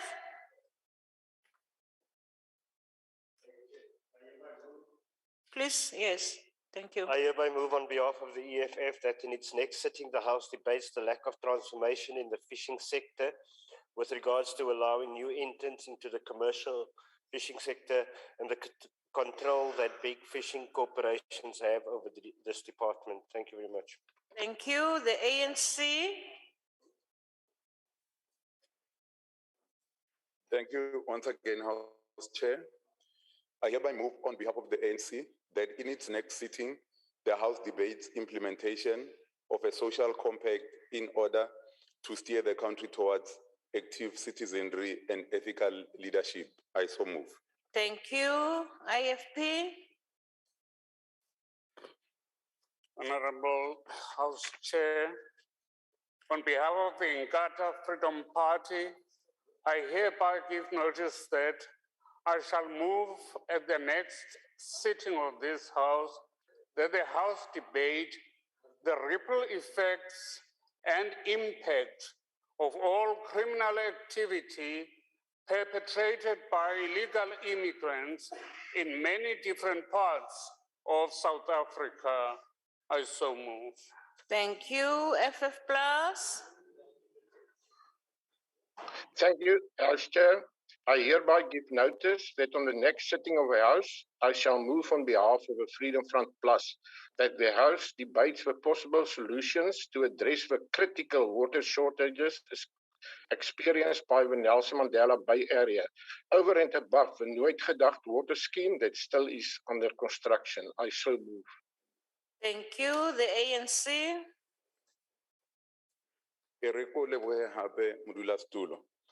I hereby move on behalf of the ANC that in its next sitting, the House debates expanding South Africa's economic diplomacy capabilities to ensure closer alignment between the diplomatic mission structures and the objectives of the economic diplomacy, including in personnel and representation. I so move. Thank you. The ACGP. Thank you, House Chair. I will move on behalf of the ACDP at the next sitting of the House that the House debates the recent Russian invasion of Ukraine and the urgent need for a mediated ceasefire, given that the invasion not only violates the sovereignty of an independent country in violation of international law, but has resulted in the loss to date of 352 civilians, including that of women and children, as well as the widespread destruction of property and infrastructure. I thank you. Thank you. The UDM. House Chair, at the next sitting, I shall move that the House debates the efficacy or lack thereof of all the stimulus and bailouts packages implemented by the government since the beginning of COVID-19 in order to reignite economic growth, create jobs, and eradicate poverty. I so move. Thank you. The ATM. GA. Thank you, Chair. I hope I'm more, you can hear me now. Yes. I hereby move on behalf of the Democratic Alliance that at the next sitting of this House, it debates illegal mining as a matter of national importance, that it has been going on for a number of years, the impact it has on the economy, the environment, and the cost on lives it has taken. Thank you, Chair.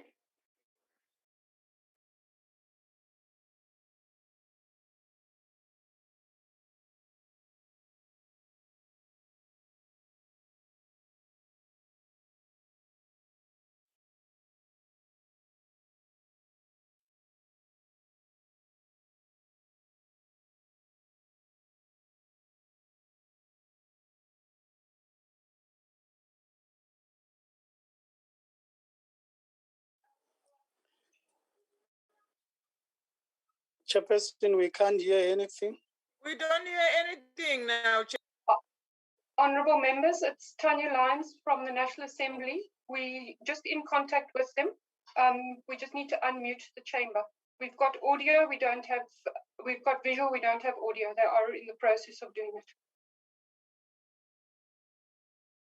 Members are left out. Can you do that quickly and inform us if things are in order?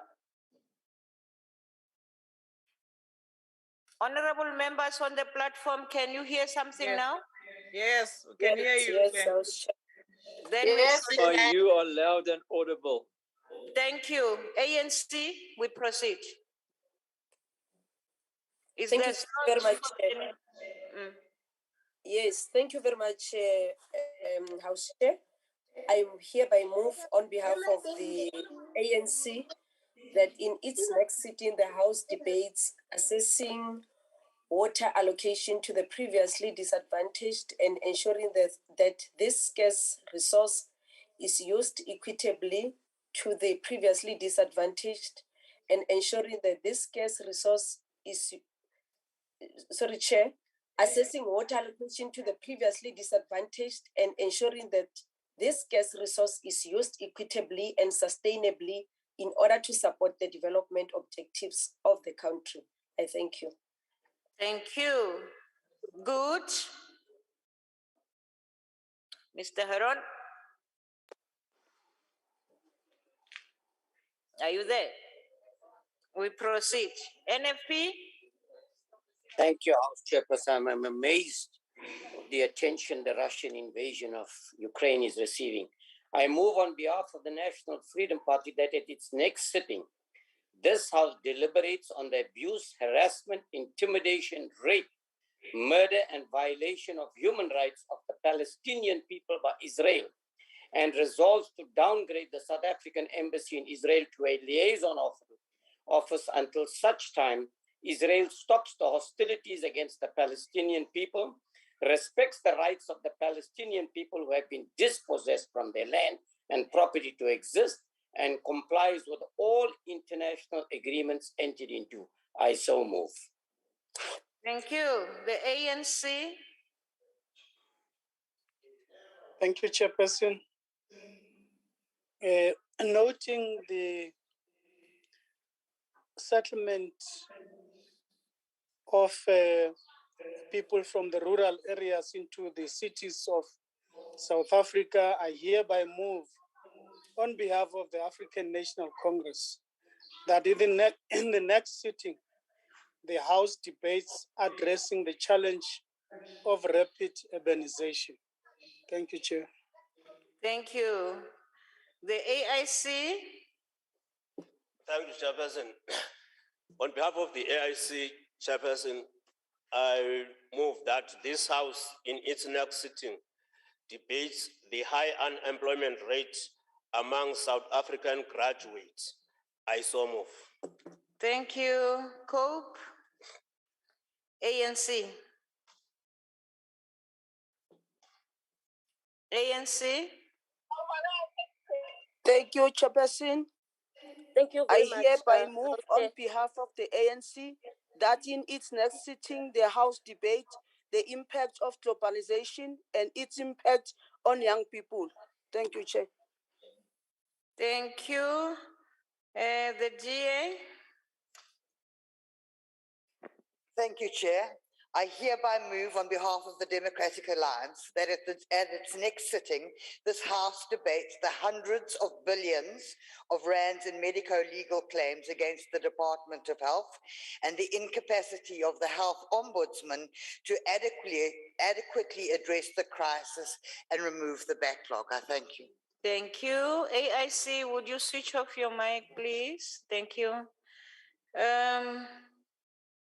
PAC. Okay, Al-Jama. Al-Jama moves that this House debates an investigation into the integrity of the South African Human Rights Commission based on the Commission taking a matter on behalf of the South African Jewish Board of Deputies to court on the so-called anti-Zionism comments made by former COSATU official Mr. Bongani Masuku. This showed support for Zionism in many quarters. Also notes that the SAHRC failed to withdraw the case even after the United Nations structures, 3 of them declared Israel an apartheid state. Al-Jama makes a call for new leadership in the South African Human Rights Commission, and I understand that condemnation of Zionism is not condemnation of Jews, which we love as brothers and sisters in faith. Thank you. House Chair, on a point of order. Yes, Honorable Swart, what's the point of order? The point of order is that the Honourable Member Hendricks is casting aspersions on the members of the South African Human Rights Commission that are appointed by this House. Therefore, I'd ask you to study the record in this regard. I will Thank do you. that, and I will revert back to the House with a ruling. Thank you. The DA, you still have the first lot that was not used. If you proceed, please.